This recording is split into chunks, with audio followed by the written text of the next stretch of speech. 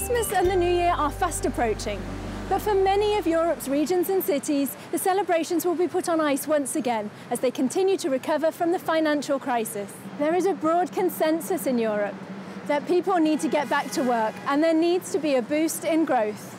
To do this, there needs to be more trust in the markets, needs to be smarter public investment and more private funds. And this is exactly what Jean-Claude Juncker aims to do with his investment package, which was launched last week in Strasbourg. This plan will be the subject of a resolution of the Committee of the Regions, which will be debated at its plenary session in Brussels on the 3rd and 4th of December. Local and regional authorities are expected to broadly welcome the investment plan, and specifically their inclusion in its design and ownership. They will also stress the need for continued structural reform and clarification on the links between the proposed European Fund for Strategic Investment and the existing €350 billion that have been allocated for the European Investment and Structural Funds. The busy agenda for the plenary session includes 5 EPP-led opinions. Markku Markkula will present his opinion on industrial policy, calling for pioneering regions and smart cities. Organic production and better labelling of organic products are the focus of an opinion from Hester Mai. She'll insist on the flexibility for both farmers and producers.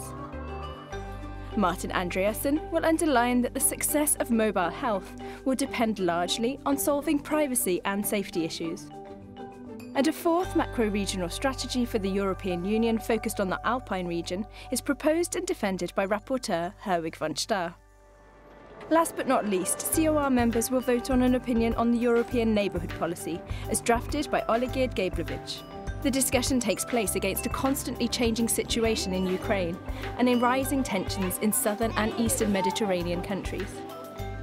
Other highlights on the agenda include the first appearance of Corina Crețu, the newly appointed Commissioner for Regional Policy. She has been asked to come and provide answers on the delays in cohesion policy implementation. The Committee of the Regions will also call for an EU-wide communication plan to reconnect Europe with its citizens. Mairead McGuinness, Vice President of the European Parliament, will join the CoR for the debate. And just before the holiday season begins, the EPP Group in the Committee of the Regions will once again invite regional communicators to Brussels for a winter university. It takes place on the 10th and the 11th of December.